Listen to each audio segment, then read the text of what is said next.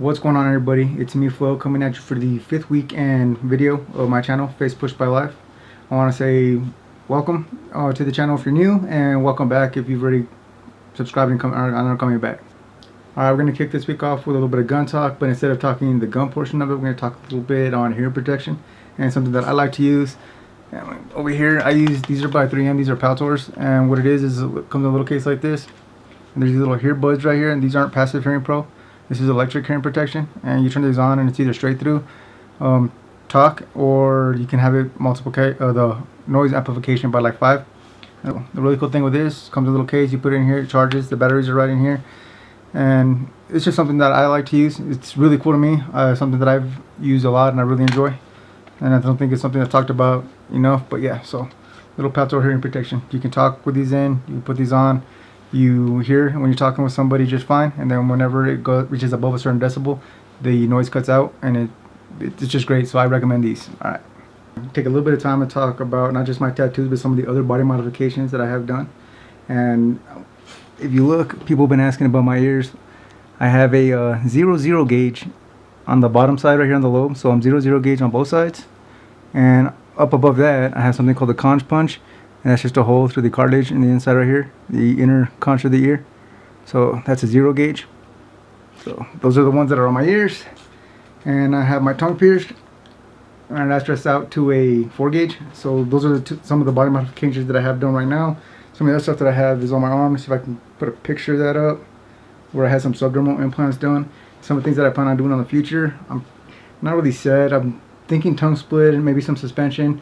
That's kind of up in the air right now. Not sure how that's going to play out, but that's just some of the things that I'm thinking about doing. That being said, when it comes to tattoos, I mean, I've already explained a few of them. This week I want to talk about my hand right here. I'll do this hand this week, I'll do the other hand next week. And this shirt right here is a skull with a rose on the top. Now I like skulls and I like roses. It was kind of like a natural progression when I was talking to my artist, and I shout out to him. I'll get to that in a minute. And he drew this up. I'm very relaxed when it comes to the art. I kind of put out what I want done, and then I'll kind of let the artist take that and put in art.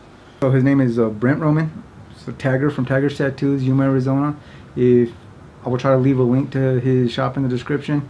This dude is bad. I mean, he gets down. I think we just lost power.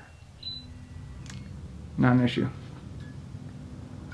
Okay, well, power's coming right back on. Okay, so when people go to get tattoos, they come to ask me, and they're like, what do I look for? How do I find an artist? Alright, so you want to look at their portfolio. Look at their portfolio and you check out their tattoos. Some of the things that you want to look for are standalone lines. Like, so if you see some of this stuff right here, like you'll see a lot of lines that are kind of standalone. Alright, so standalone line work is really important because that's going to show you how clean his line work is. And then you look to how they shade. Something that you want to stay away from is if you have somebody that has a lot of line work backed up with shadows and shading, be careful. I'm not saying that the line work is bad, but that might be like just trying to, you know, they could have really clean line work, but if you don't see any standalone line work, they might just kind of hide everything in the shading. That's just something that I was told when I was younger to look at, and it's proven true. Look at not just the kind of shading that they do, but if they use different kind of colors to shade. So something I like about the artist that I go to, Brent, he uses a lot of like whites to make it pop. He uses kind of different grades, and you can tell that there's a difference in there.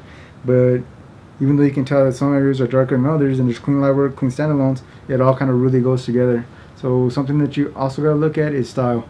Alright, so what kind of style are you after? So you go to a tattoo artist and you give them an idea, they're all going to have something different because they're artists and they're going to create it the way that they want to see it.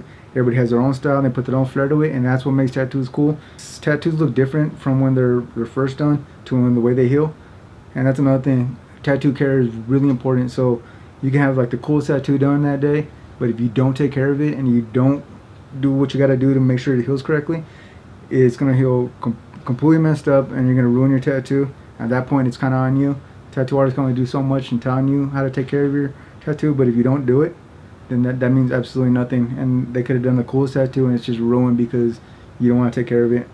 Some first thing that I've used when I was younger was Lubriderm.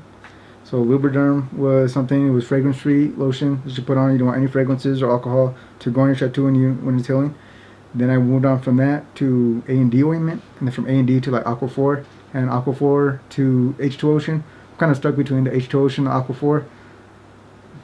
They're really great. Both of them are awesome. It's kind of like preference. H2 Ocean is designed for tattoos, and they help tattoos heal really good. So, and it's something that I recommend. If you like what you saw and you like the content of this video, want to see more of it, go ahead and click the like button. If you have any questions, comments, or concerns with anything that I'm doing, go ahead and put it in the comment section. If you haven't done so already, or if you're new to the channel, go ahead and click the subscribe button. And that's all I have for this week's video. As always, go with the flow. I'll get you there.